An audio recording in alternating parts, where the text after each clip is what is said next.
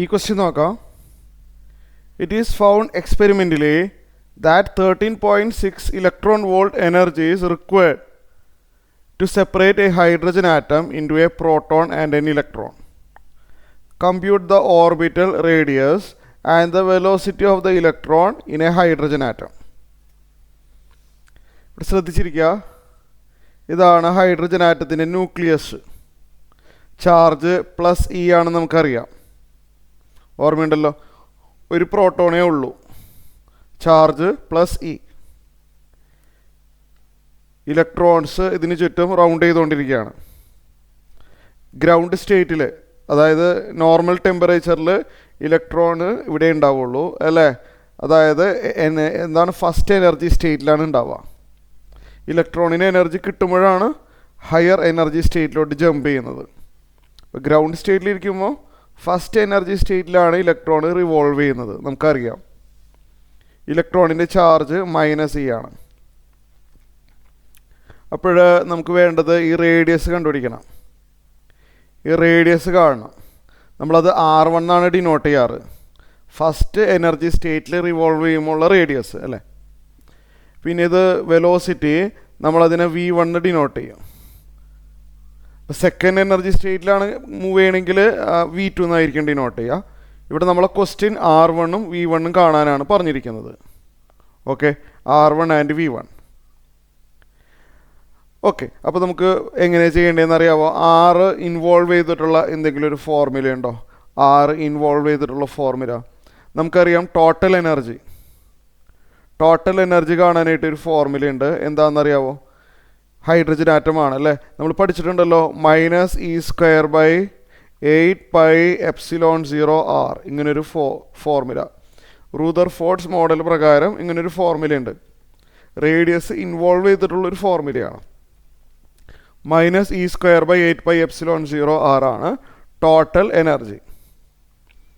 അതിവിടെ പറഞ്ഞിട്ടുണ്ട് 13.6, അതായത് -13.6 ഇലക്ട്രോൺ വോൾട്ടാണ് ടോട്ടൽ എനർജി. അപ്പോഴാണ് നമുക്ക് 13.6 ഇലക്ട്രോൺ വോൾട്ട് എക്സ്റ്റേണൽ എനർജി കൊടുത്താലാണ് ഇലക്ട്രോണിനെ സെപ്പറേറ്റ് ചെയ്യാൻ പറ്റുള്ളൂ. This electron is under attractive force. അട്രാക്ഷനിലിരിക്കുമ്പോൾ ഉള്ള എനർജി നമ്മൾ നെഗറ്റീവ് എനർജി ആയിട്ട് എഴുതുള്ളൂ. ഇതിപ്പോൾ അട്രാക്ഷനിലിരിക്കുകയാണ്, നമ്മൾ നെഗറ്റീവ് എനർജി ആയിട്ട് എടുക്കുള്ളൂ. അപ്പോൾ ഒരു +13.6 electron volt external force, external work ചെയ്താൽ മാത്രമേ ഇലക്ട്രോണിന് ഇവിടുന്ന് സെപ്പറേറ്റ് ചെയ്തെടുക്കാൻ പറ്റുള്ളൂ. ക്ലിയർ? ഓക്കെ, അപ്പോൾ അതിവിടെ പറഞ്ഞിട്ടുണ്ട്. ഇറ്റ് ഈസ് അയണൈസേഷൻ എനർജി എന്ന് വേണമെങ്കിൽ വിളിക്കാം. 13.6 ആണ് ഇലക്ട്രോൺ വോൾട്ടാണ് വേണ്ടത്. ഓക്കെ, അപ്പോൾ ഇവിടെ ശ്രദ്ധിച്ചിരിക്കുക. അപ്പോൾ -E²/8πε0r -13.6 ഇലക്ട്രോൺ വോൾട്ടാണ്. ഇവിടെ R മീൻസ് R1 എന്ന് എഴുതിയാക്കാം അല്ലേ. ഫസ്റ്റ് എനർജി സ്റ്റേറ്റിലെ കാര്യമാണ് പറയുന്നത്. നമുക്കിനി അടുത്ത സ്റ്റെപ്പിൽ എന്ത് ചെയ്യാൻ പറ്റും? നമുക്ക് R1 അല്ലേ വേണ്ടത്. നമുക്ക് ഒരു കാര്യം ചെയ്തു, ഒന്ന് ക്രോസ് മൾട്ടിപ്ലൈ ചെയ്യാം. നെഗറ്റീവ് സൈൻ വേണമെങ്കിൽ രണ്ട് സൈഡിലും കളയാം.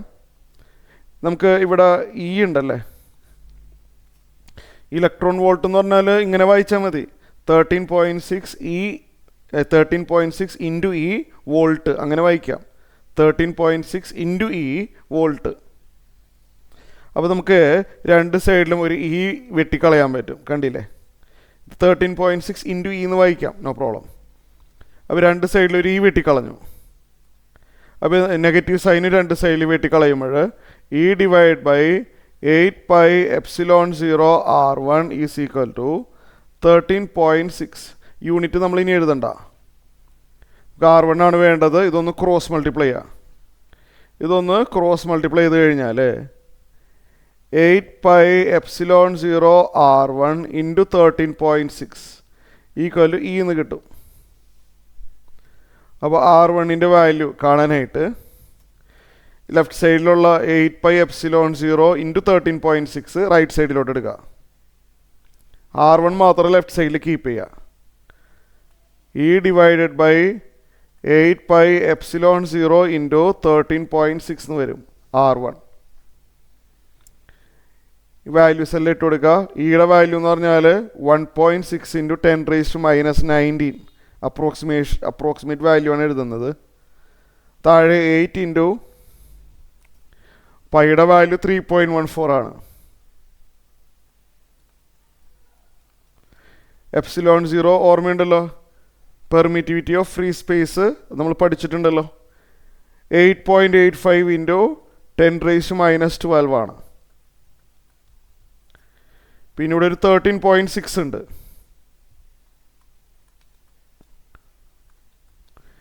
ചെയ്തു വരുമ്പോൾ കാൽക്കുലേഷൻ എക്സ്പ്ലെയിൻ ചെയ്യുന്നില്ല, ചെയ്ത് നോക്കിയാൽ മതി നിങ്ങൾ. ചെയ്തു വരുമ്പോൾ 0.53 ഇൻറ്റു 10⁻⁻10 മീറ്റർ കിട്ടും. കാൽക്കുലേഷൻ കാണിക്കുന്നില്ല. ഓർ R1 = 10⁻⁻10 മീറ്ററിന് ആങ്സ്ട്രം എന്നും പറയാറുണ്ട്. Angstrom 0.53 angstrom. ഇത് ബൈ ഹാർട്ടാക്കി വെച്ചോ. ഓക്കെ, ഞാൻ ഇവിടെ ബോക്സിനുള്ളിലിടാം. ഇത് ബൈ ഹാർട്ടാക്കി വെക്കുന്നത് നല്ലതാണ്. അപ്പോൾ ഗ്രൗണ്ട് സ്റ്റേറ്റിൽ ഇലക്ട്രോൺ ഉണ്ട്. ഐ മീൻ നോർമൽ ടെമ്പറേച്ചറിൽ ഒരു ഹൈഡ്രജൻ ആറ്റത്തിൽ ഇലക്ട്രോണിൻ്റെ റേഡിയസ് 0.53 ആങ്സ്ട്രമാണ്. ഇനി നമുക്ക് വെലോസിറ്റിയും കൂടി കാണാൻ പറഞ്ഞിട്ടുണ്ട് അല്ലേ. അപ്പോൾ വെലോസിറ്റി ഇൻവോൾവ് ചെയ്തിട്ടുള്ള ഏതെങ്കിലും ഒരു ഫോർമുല, പല ഫോർമുലാസുകളുണ്ട്, വെലോസിറ്റി വരുന്ന പല ഫോർമുലാസുകളുണ്ട്. അതിലേതെങ്കിലും ഒരു ഫോർമുല, കൈനറ്റിക് എനർജിയുടെ ഫോർമുലയിൽ വി വരുന്നുണ്ട്. അപ്പോൾ പക്ഷെ അവിടെ ½ mv² ആണ്. അപ്പോൾ അവിടെ v² കിട്ടുള്ളൂ. പിന്നെ റൂട്ട് എടുക്കാൻ ബുദ്ധിമുട്ടാണ്. വേറൊരു ഫോർമുല, അതേ നമ്മൾ ഇങ്ങനൊരു ഫോർമുല പഠിച്ചിട്ടുണ്ടല്ലോ, ആംഗുലാർ മൊമെൻറ്റം mvr = nh/2π എന്ന് പറഞ്ഞൊരു ഫോർമുല നമ്മൾ പഠിച്ചിട്ടുണ്ട്. ബോർസ് മോഡലിൻ്റെ സെക്കൻഡ് പോസ്റ്റുലേറ്റ് ആണത്.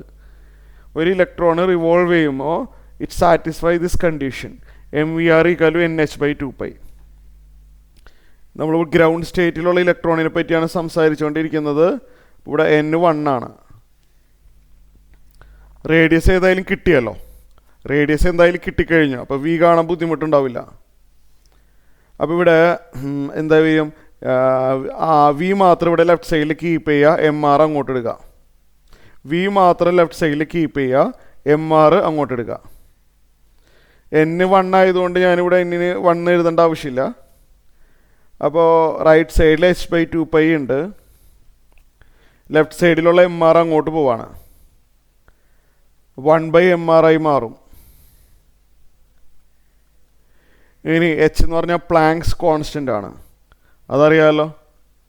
6.63 ഇൻറ്റു 10⁻⁻34 ഓൾ ഡിവൈഡ് ബൈ താഴെ 2 ഇൻറ്റു പൈയുടെ വാല്യൂ 3.14 ശരിയല്ലേ, ഇൻറ്റു m എന്ന് പറഞ്ഞാൽ മാസ് ഓഫ് ദ ഇലക്ട്രോൺ. അത് ബൈ ഹാർട്ടാക്കി വെക്കേണ്ടതാണ് കേട്ടോ.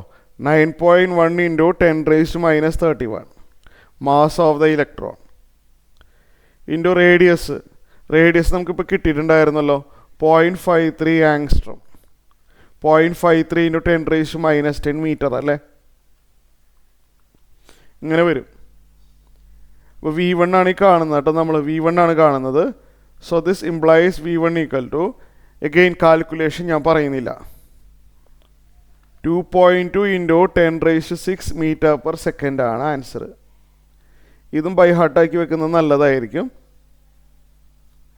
അപ്പോൾ ഒരു ഗ്രൗണ്ട് സ്റ്റേറ്റിൽ ഇലക്ട്രോണിൻ്റെ രണ്ട് കാര്യങ്ങൾ, ഒന്ന് റേഡിയസ് 0.53 ആങ്സ്ട്രം, വേറൊന്ന് വെലോസിറ്റി 2.2 ഇൻറ്റു 10⁻6 മീറ്റർ/സെക്കൻഡ് ആണ്.